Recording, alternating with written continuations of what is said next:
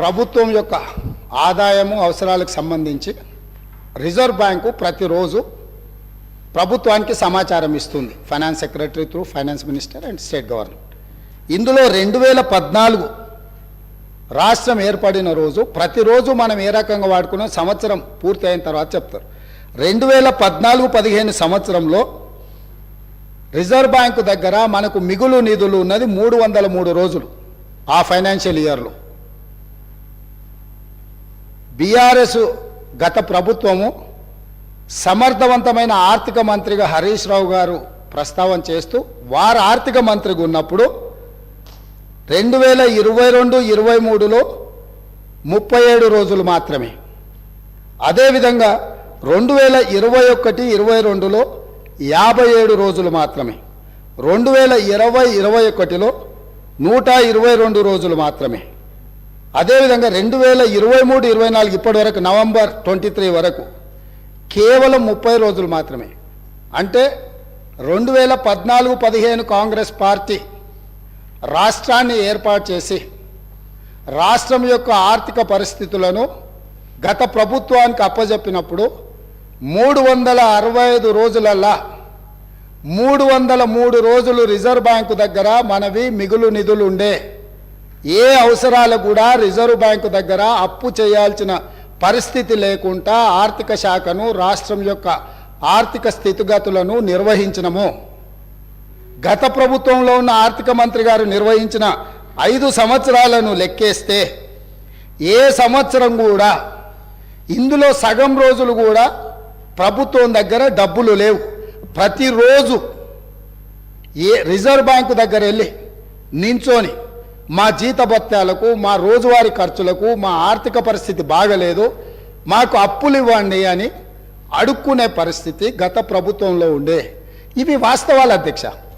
ఒకవేళ ఈ వాస్తవాలను కప్పిపుచ్చి మనం ఇంకా అద్భుతంగా ఉన్నాం గొప్పగా ఉన్నాం అని ఆ గొప్పల కోసం దుబారా ఖర్చులు పెట్టుకుంటూ పోతే ఈరోజు జీతభత్యాలు ఇవ్వలేని పరిస్థితికి వచ్చింది. ఇది వాస్తవం. జీతాలు ఇవ్వడానికే అభివృద్ధి సంగతి దేవుడెరుగు. సంక్షేమం గురించి చర్చించాల్సిన అవసరం లేదు. ప్రభుత్వ ఉద్యోగులకు జీతాలు ఇవ్వలేకపోవడం వల్ల ప్రభుత్వ ఉద్యోగస్తులు బ్యాంకులలో తెచ్చుకున్న లోన్లకు వాళ్ళు ఇచ్చిన పోస్ట్ డేటెడ్ చెక్కుల వల్ల ఆ చెక్కులు బౌన్స్ అవ్వడం వల్ల వాళ్ళ సిబిల్ స్కోర్ పాడైపోయి ఈరోజు వాళ్ళకు కూడా ప్రభుత్వ ఉద్యోగులకు కూడా బ్యాంకులలో అప్పు పుట్టని పరిస్థితి వచ్చి ఇవాళ ప్రభుత్వ ఉద్యోగులను కూడా బ్యాంకు లోన్లు ఎగవేతదారుల కింద ఈరోజు బ్యాంకులు చూడాల్సిన పరిస్థితి ఈ ప్రభుత్వం కల్పించింది. తద్వారా ప్రభుత్వ ఉద్యోగులను కూడా బ్యాంకులను మోసం చేసే మోసగాళ్ళ కింద ఈ ఆనాటి రాష్ట్ర ప్రభుత్వము చిత్రీకరించే ప్రయత్నం చేసింది. కొన్ని వాస్తవాలు కఠోరమైనవి. మన కుటుంబ సభ్యుడైనా తప్పు చేసినప్పుడు తప్పును తప్పు అనకపోతే కుటుంబ పెద్దగా మనం కూడా తప్పు చేసిన వాళ్ళమైతాం, ఆ తప్పులో భాగస్వాములమైతాం, ఆ తప్పుకు సహకరించిన వాళ్ళమైతాం. ఈ శ్వేతపత్రము ఎవరినో కించపరచడానికో ఎవరినో తక్కువ చేసి చూపించడానికో లేకపోతే మేమేదో రాజకీయంగా ప్రయోజనం పొందడానికో లేదా మేమిచ్చిన ప్రజలకిచ్చిన గ్యారంటీలను ఎగవేయడానికో ఈరోజు ఇది పెట్టలే. ఇప్పటి వరకు అవాస్తవాలతో అభూత కల్పనలతో ఆర్భాటపు ప్రచారాలతో ఈ రాష్ట్రమంతా బాగుంది మేము అద్భుతాలను ఆవిష్కరించినామని చెప్పుకుంటున్నప్పుడు వాస్తవ పరిస్థితులను ఇక్కడ పెట్టినాం. ఈ వాస్తవ పరిస్థితులు కొంతమందికి చేదుగా ఉండొచ్చు, కొంతమందికి కళ్ళు తెరిపించే విధంగా ఉండొచ్చు, ఇంకొంతమందికి ఉన్న పరిస్థితులను అర్థం చేసుకొని పకడ్బందీ భవిష్యత్తు ప్రణాళికలను మనం నిర్ణయించుకొని ముందుకు వెళ్ళడానికి ఉపయోగపడుతుందని ఇంకొంతమందికి ఉండొచ్చు. మా ఉద్దేశం, మా ప్రభుత్వం ఉద్దేశం ప్రజలు అన్ని గుర్తించింది కాబట్టే 10 సంవత్సరాల తర్వాత వాళ్ళని అధికారంలో నుంచి ప్రతిపక్షానికి పంపించిండ్రు, మాకు అధికారాన్ని ఇచ్చిండ్రు. అధికారం ఇచ్చిన 10వ రోజే ఎందుకు ఈరోజు ప్రజల ముందు ఈ వాస్తవాలన్నీ పెడుతున్నాము? ప్రజలకు నిజాలు చెప్పి మనకున్న పరిస్థితిని వివరించి కష్టమైన ఈ ప్రభుత్వం నిస్సహాయులకు సహాయాన్ని అందిస్తుంది, అర్హులైన వాళ్ళకు అవకాశాలు ఇస్తుంది, మీకు అండగా నిలబడుతుంది అని చెప్పడానికి ప్రభుత్వం ప్రయత్నం చేస్తుంది అధ్యక్ష. ఇందులో ఎవరు వ్యక్తిగతంగా తీసుకోవాల్సిన అవసరం లేదు అధ్యక్ష. దీంట్లో ఏముంది, మేము ఈ మొత్తం నివేదికలో ఎక్కడైనా 42 పేజీల నివేదికలో ఎవరినైనా నిందించినట్టు కానీ ఎవరినైనా వ్యక్తిగతంగా దూషించినట్టు కానీ ఇక్కడ నివేదికలు ఉన్నాయి అధ్యక్ష. మాజీ మంత్రి గారు మాట్లాడతారు పక్క రాష్ట్రంలో పనిచేసిన నుంచి సమాచారం సేకరించిందని. ఇదేనా పద్ధతి అధ్యక్ష? 10 సంవత్సరాల నుంచి తెలంగాణ నిర్మాణం కోసం అహర్నిశలు కష్టపడి పనిచేసిన మన రాష్ట్ర అధికారులను ఈ రకంగా అవమానించడం కరెక్టా అధ్యక్ష? ప్రతి శాఖ యొక్క నివేదిక ఆ శాఖ యొక్క ప్రిన్సిపల్ సెక్రటరీ ప్రాపర్ ఫార్మేట్లో ఫిలప్ చేసి సంతకాలు పెట్టి ఆర్థిక శాఖకు పంపించిన తర్వాత ఆర్థిక శాఖ కార్యదర్శి గారు, వారితో పనిచేసిన కార్యదర్శి గారు, అతనే మారలేదు అధ్యక్ష, వారు సంతకం పెట్టి ప్రభుత్వానికి ఇచ్చిన నివేదికనే ఈ నివేదిక. కాబట్టి వారికి ఏమైనా అనుమానాలు ఉండి వారిలాగానే మిగతా వాళ్ళు కూడా వ్యవహరిస్తారని ఏమైనా అపోహలు ఉంటే తొలగించుకోండి. కొత్త ప్రభుత్వం ఏర్పడ్డప్పుడు వేలాది మంది మమ్మల్ని వచ్చి కలుస్తారు అధ్యక్ష.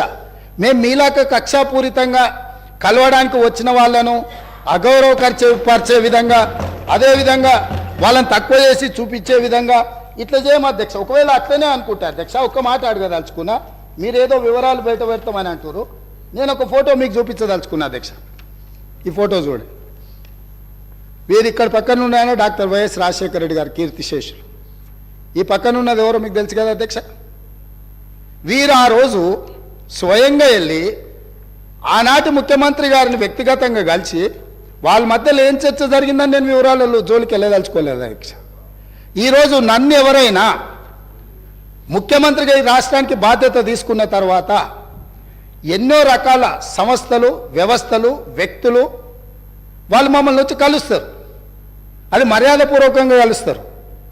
మేము కూడా ప్రధానమంత్రి గారిని కలవాలని, ఈ దేశ ప్రధానమంత్రిని కలవడం ముఖ్యమంత్రిగా నా మంత్రివర్గ సహచరుల యొక్క బాధ్యత అని చెప్పి ఈ రాష్ట్రం నుంచి కేంద్రంలో మంత్రిగా వ్యవహరిస్తున్న కిషన్ రెడ్డి గారికి నేనే స్వయంగా ఫోన్ చేసిన. సిద్ధాంతపరంగా మేము భారతీయ జనతా పార్టీని విభేదిస్తాం, కానీ రాష్ట్ర ముఖ్యమంత్రిగా నా కర్తవ్యము నా రాష్ట్రానికి, మన రాష్ట్రానికి కావాల్సిన నిధులను తెచ్చుకోవాలన్నప్పుడు రాష్ట్ర కేంద్ర ప్రభుత్వాల మధ్యన సత్సంబంధాలు ఉండాలి అని మేమే ఒక అడుగు ముందుకేసి కేంద్ర మంత్రి కిషన్ రెడ్డి గారికి నేను స్వయంగా ఫోన్ చేసిన. మీరు ఒకసారి ప్రధానమంత్రి గారితో మాట్లాడండి, మనం వెళ్ళి కలుద్దాము, మనకు రాష్ట్రానికి సంబంధించిన ఏమైనా నిధులు తెచ్చుకునేది ఉంటే డెఫినెట్గా చేద్దామని. ఎందుకు? మేము బేసిజాలకు పోదలుచుకోలేదు. స్వార్థపరమైన రాజకీయ ప్రయోజనాలని ప్రభుత్వం ఆశించడం లేదు. తాత్కాలికమైన లాభాల కోసము మేము ఎలాంటి దుందుడుకు చర్యలకు మేము పాల్పడదలుచుకోలేదు అధ్యక్ష. అందుకే ఈరోజు మీరందరూ, మనమందరం ఈ సభలో చర్చ ఇదే కాకుండా విద్యుత్ శాఖకు సంబంధించి మా సాగునీటి పారుదల శాఖ మంత్రి గారు కూడా ఈ సమావేశాలలోనే శ్వేతపత్రాలు విడుదల చేయదలుచుకున్నాం. ఎక్కడైనా ఎప్పుడైనా ఎవరైనా కొత్తగా బాధ్యతలు చేపట్టినప్పుడు మనకున్న పరిస్థితులను ప్రజలకు వివరించడం ద్వారా, వాళ్ళ నమ్మకాన్ని, విశ్వాసాన్ని చురగొనడం ద్వారా, ప్రతిపక్షాల వైపు నుంచి సహకారం, సలహాలు, సూచనలు తీసుకోవడం ద్వారా బలమైన రాష్ట్రంగా నిర్మించాలనేదే మా ఉద్దేశము. కాబట్టి ఇప్పటికైనా గతంలో చేసిన తప్పులనే మళ్ళీ మేము వితండవాదంతో మీ మీద దాడులు చేస్తామనే విధానాన్ని ప్రతిపక్ష పార్టీ వదులుకోవాలి.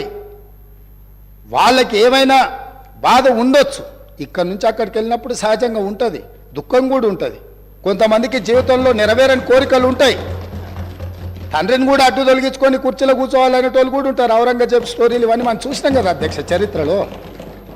సో వీటన్నిటిని దృష్టిలో పెట్టుకొని వాళ్ళ కుటుంబంలో ఉండే తగాదాలను తీసుకొచ్చి సభలో ప్రస్తావించడం ద్వారా సభ యొక్క ఔన్నత్యాన్ని, గౌరవాన్ని తగ్గించే విధంగా వ్యవహరించొద్దు. ఈ ప్రభుత్వం జిమ్మెదారితో ఇక్కడ ఉన్నది.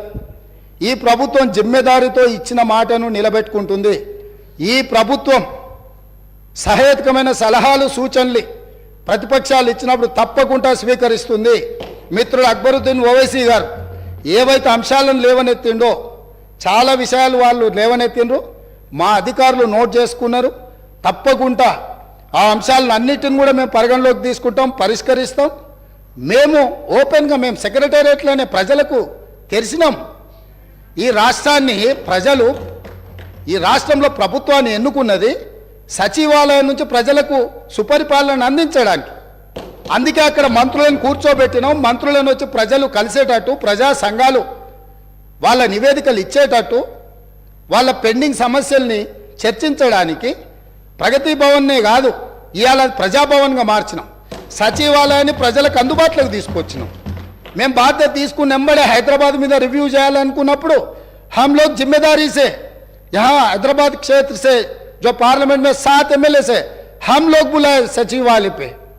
हमारे पॉलिटिकल डिफरेंसेस में भी देर, मगर जब हम तरक्की करना है, आगे हैदराबाद शहर को हिंदुस्तान में सबसे बड़ा अच्छा शहर बनाने के लिए हमारे दोस्तों से हम गुजारिश किए, भाई आप साथ आ जाओ, जो चाहिए, जो पेंडिंग है, जो हैदराबाद तरक्की के लिए हम जिम्मेदारी से जो करना है हम जिम्मेदारी उठाएंगे, आपके साथ लेंगे. हम सरकार चलाने के लिए आज जिम्मेदारी से यहां से मैं हमारे एमआईएम पार्टी को चुनाव में जो है आपका मर्जी आपकी है, हमारा मर्जी हमारी है. जो पार्टी हमारा चुनाव लड़ना है हमारे तरीका से लड़ेंगे. मैं जो हैदराबाद शहर ये देश का निशान है, वो हैदराबाद शहर का नाम पूरा दुनिया में रोशनी करने के लिए हम लोग कोशिश करेंगे. वहां पर आपके मदद जरूर लेंगे, कोई शक नहीं है. ड्रग्स के बारे में आप सामने आके 2 कदम आके हमारे मदद दी, हम धन्यवाद कर रहे हैं, क्योंकि ड्रग्स को इराडिकेट करना है हमारा जिम्मेदारी है. हमारे बच्चे हैं, हमारे परिवार है. जो पंजाब को देखने के बाद भी हम नहीं सुधरे तो दुनिया कोई भी अपने को माफ नहीं करने वाले. इसीलिए यहां से मैं जिम्मेदारी से यकीन से मैं वादा कर रहा हूं, ये सरकार को अच्छा चलाने के लिए ये पूरा तेलंगाना में जितना जनता है उनके भला के लिए, उनके वेलफेयर एंड डेवलपमेंट के लिए, खासकर माइनॉरिटी, वो may be Christian minority, Muslim minority, Sikh minority और any other minority. Minority majority में कोई अंतर नहीं है. माइनॉरिटी के जो फंडामेंटल राइट्स हम बचाए. हम सेक्युलर फैब्रिक है, ये सेक्युलर फैब्रिक बचाने के लिए ये देश में कुर्बानी की है महात्मा गांधी जी ने, इस देश में कुर्बानी की है, शहीद हुए इंदिरा गांधी जी ने, इस देश में शहीद हुए राजीव गांधी जी ने, इस देश में सोनिया गांधी जी और राहुल गांधी जी ने पदवी त्याग किए. कभी प्रधानमंत्री राष्ट्रपति मौका मिले तो भी दूसरों को, जो जिम्मेदारी लोगों को, वो कुर्सी पे बिठाए. इसीलिए यकीन से मल्लिकार्जुन खड़गे जी के नेतृत्व में दलित, आदिवासी, गिरिजन, ओबीसी, माइनॉरिटी महिलाओं के भला के लिए ये कांग्रेस पार्टी आगे सरकार चलाएंगे. आप लोग कभी भी 24 घंटा कभी भी आपको कुछ सरकार को सुझाव देना है तो हम लोग वेलकम कर रहे हैं. धन्यवाद अध्यक्ष.